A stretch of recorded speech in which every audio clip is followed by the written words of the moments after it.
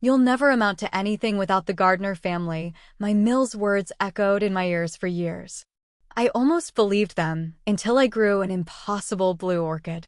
When Thomas destroyed it in a fit of jealousy, I realized either I would break through to the light or wither forever in their shadow.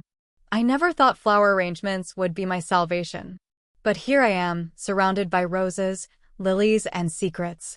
My mother-in-law once told me I'd never amount to anything beyond being Thomas's wife and Helen Gardner's daughter-in-law. That's the problem with putting women in pots. Sometimes they grow thorns. It all started with my hands deep in dirt, something Helen, 62F, always hated about me. A proper wife shouldn't have soil under her fingernails, she'd sneer while Thomas, 35M, nodded along. God, I remember feeling so lucky when he proposed. The handsome boutique owner and me, Alice, 31F, the shy florist who could barely make rent. That's how they trap you, with petals before the thorns. We met at a charity auction where I donated a floral arrangement. He bid an obscene amount, to impress the artist, he said. I blushed. I actually blushed. How stupid, how naive. Now I know it was just another acquisition for his collection. Thomas Gardner didn't want a wife. He wanted a decorative element, something to enhance his aesthetic but never outshine him. The first year was pleasant enough. I became the proper wife he wanted, arranging flowers for his boutiques, designing our garden just as Helen approved. Everything in perfect order, everything exactly where it ought to be, including me. I remember when things started to change. We'd been married about 13 months when I won a small local competition. Nothing major, just a ribbon and a small cash prize for an innovative arrangement using native plants. Thomas hadn't even attended the ceremony. When I told him, his smile tightened like it always did when he felt threatened. That's cute, he said. But don't forget we have the Jefferson party this weekend. I need you to make something spectacular for the house. Helen's friends will be there. I stayed up all night creating something truly unique. A living display of cascading wildflowers and ferns that looked like a waterfall frozen in time. Even Helen's snooty friends were impressed. One of them, Mrs. Lancaster, asked for my card. Oh, Alice doesn't do that professionally anymore, Thomas interrupted, hand tight around my waist. She's much too busy being Mrs. Gardner. I smiled and nodded, like the good wife I was supposed to be. But something inside me, something that had been sleeping, cracked open its eyes. After that, Thomas started losing competition announcements that came in the mail. Started scheduling dinner parties whenever there were workshops I wanted to attend. Started commenting on how common my arrangements were getting, how I should stick to the classics like his mother preferred. And Helen. God, Helen was a master gardener of emotional manipulation. She'd compliment me in ways that were actually insults. Oh, darling, that arrangement is so spirited. Perhaps a bit pedestrian for the Wagner dinner, but certainly enthusiastic. I'd been minimized so gradually I hardly noticed. Like a plant turning toward a window that was slowly being bricked over. I'd just adjust and adjust until I was growing sideways, desperate for any light. The turning point came when I discovered a rare species of orchid that could thrive in our climate. I'd spent months researching, experimenting with soil compositions and humidity levels. I'd even converted part of our garage into a greenhouse, careful to keep it neat enough that Helen wouldn't complain when she visited. The day my first blue orchid bloomed was the happiest I'd been in years. I texted Thomas a photo, telling him I'd done something incredible, something that botanists at the university had failed to do. I wanted him to be proud. Clean up that mess before Mother comes for dinner, was all he replied. But I was stubborn. I brought the orchid in, placed it as a centerpiece. I'd even prepared a little presentation on why this was significant. Thomas walked in, took one look at my eager face, and I knew I'd made a mistake. What is that? Helen said the moment she saw it. It's a Dendrobium azureum, I explained. They're almost impossible to grow domestically. I've developed a special dash. It looks like something from a discount supermarket, she interrupted. Thomas, darling, surely you haven't approved this for the table? It's so blue. The way she said blue made it sound like a disease. Alice was just experimenting, Thomas said smoothly. She'll replace it with something appropriate before we eat. Actually, my voice shook. I've been invited to present my cultivation method at the Botanical Society next month. Professor Williams thinks it could be published. The silence that followed should have warned me. Helen looked at Thomas. Thomas looked at his watch. Alice, he said finally, we need to discuss your priorities. Mother and I were talking about remodeling the guest house. You could have a proper studio there, as long as you focus on arrangements for the boutiques. I knew what he was doing. Another beautiful cage, slightly larger than the last. That night after Helen left, we had our first real fight. Not the careful disagreements where I ultimately deferred to him. A real, ugly fight where words were thrown like punches. You married a florist, I shouted. What did you expect? I married a woman who I thought understood her role, he snapped back. Not someone who'd embarrass herself chasing academic recognition. Embarrass? I've done something no one else has managed. No one cares, Alice. It's a damn flower. What matters is family, our position, the business. Not your little hobby. My hobby is the only thing keeping me sane in this marriage.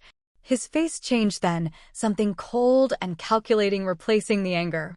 If you're so unhappy, perhaps we should reconsider our arrangement.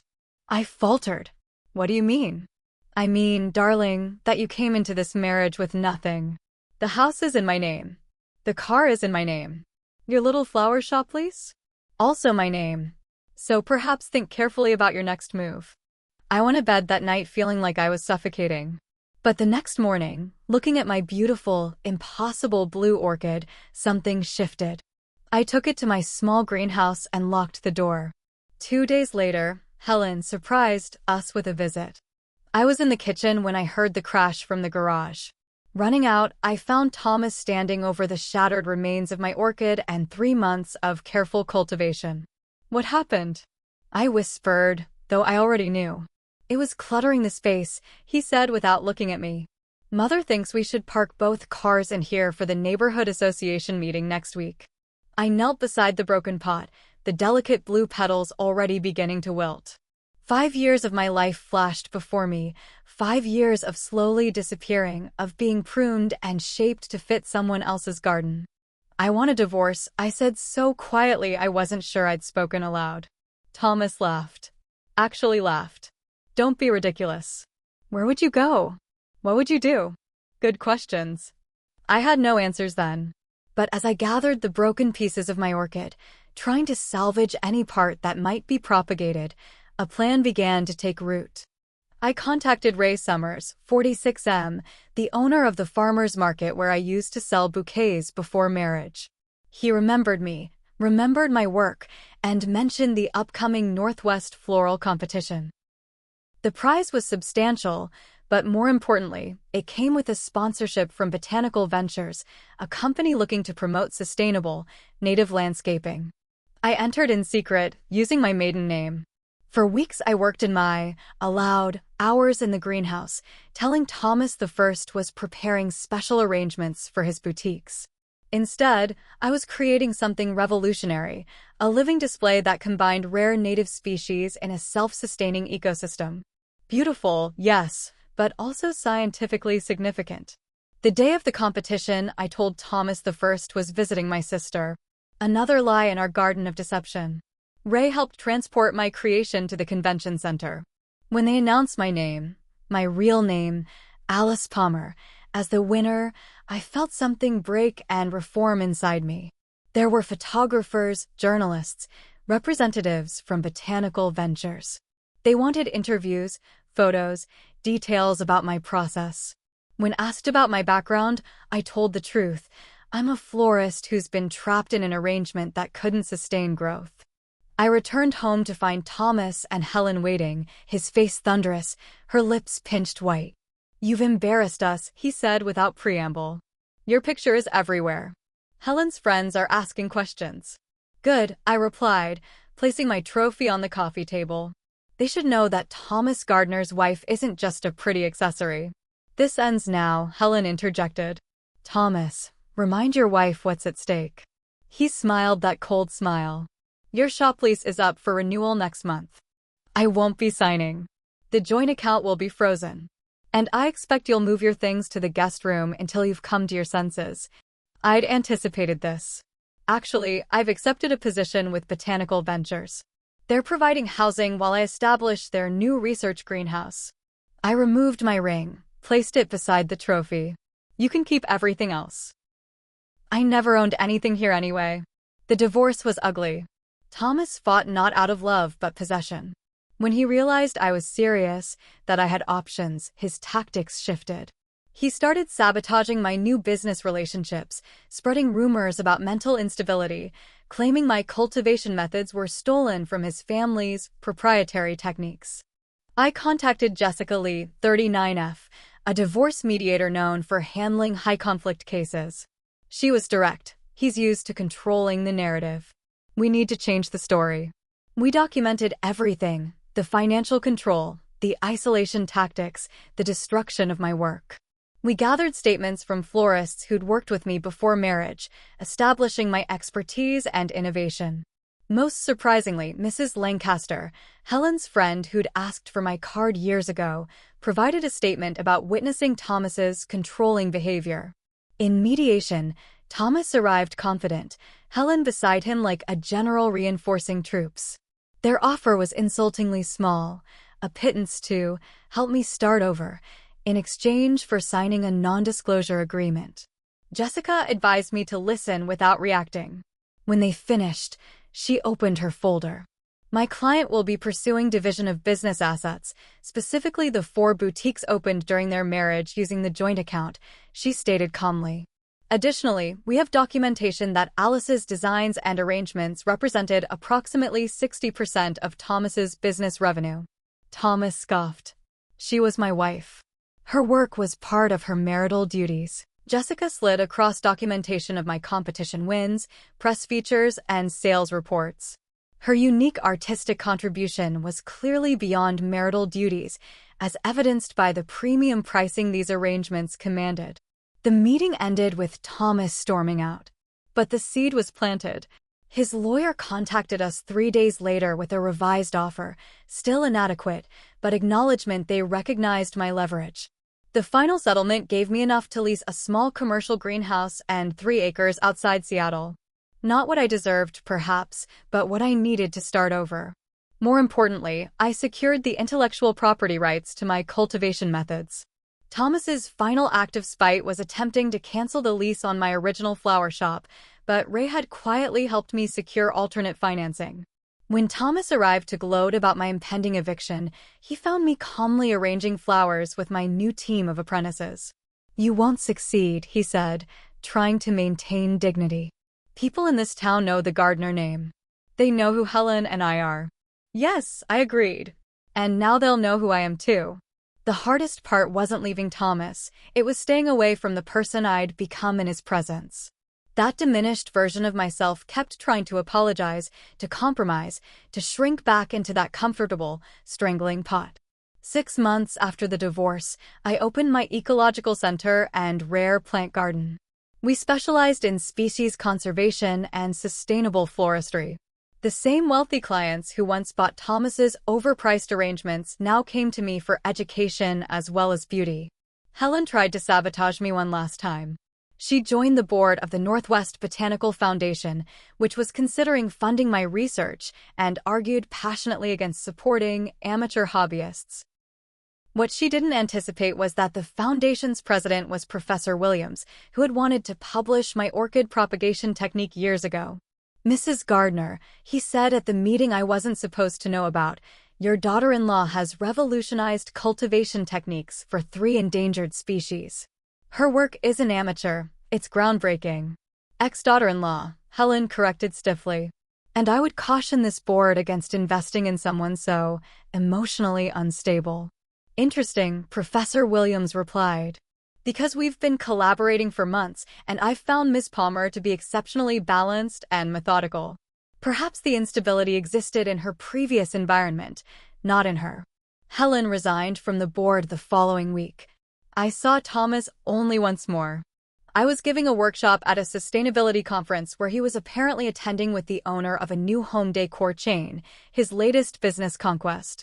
He looked older somehow, though it had only been a year. He stood at the back of my packed session, watching me explain the integrated ecosystem design that had become my signature. Our eyes met briefly. I felt nothing, no anger, no regret, not even satisfaction at having proven him wrong. Just recognition of a person I once knew, someone who had temporarily stunted my growth. After the session, as I was packing up, he approached. "You look well," he said awkwardly. "I am well," I replied simply. "Mother asks about you sometimes," he offered, a peace branch I had no interest in. "I'm sure she does." I closed my presentation case. "How are the boutiques?" He shifted uncomfortably. "We've downsized, actually. The market's changing." What he didn't say was that without my designs, his shops had become ordinary, indistinguishable from dozens of others. "My offer stands," I said, surprising myself. "Your staff can attend my sustainable floristry workshop at the industry rate. Your businesses could adapt instead of downsizing." He flushed. Even now, I was offering something he was too proud to accept. I should go. As he walked away, I felt the last root connecting us wither and die. I was fully transplanted now, growing in richer soil under an open sky. My greenhouse now employs 8 women, all from situations similar to what mine had been. We cultivate rare plants, yes, but also independence, creativity, and strength. We call it restorative botany, the science of helping damaged things grow toward light again. Sometimes at night, I wander through my gardens, trailing fingers over leaves and petals. I think about the woman I was and the one I've become. Both gardeners, but one was working in someone else's plot, according to someone else's design. This garden is wild, imperfect, and entirely mine. I've started dating again, casually, cautiously. Ray comes by often, bringing interesting specimens from his travels, never expecting anything beyond my delight in their unique beauty. It's too early to know if this is more than friendship, but I'm enjoying the slow, natural unfolding of possibilities. Yesterday, a package arrived. Inside was a small pot containing a cutting from a Dendrobium azurium, the blue orchid I'd cultivated years ago. The note simply read, "Found this in a specialist collection. Apparently originated from your greenhouse. Thought it should come home." It was signed by Professor Williams. Looking at that small cutting, at the life stubbornly persisting despite everything, I felt something full circle. What Thomas destroyed hadn't truly died, it had just been scattered, finding new places to root and grow.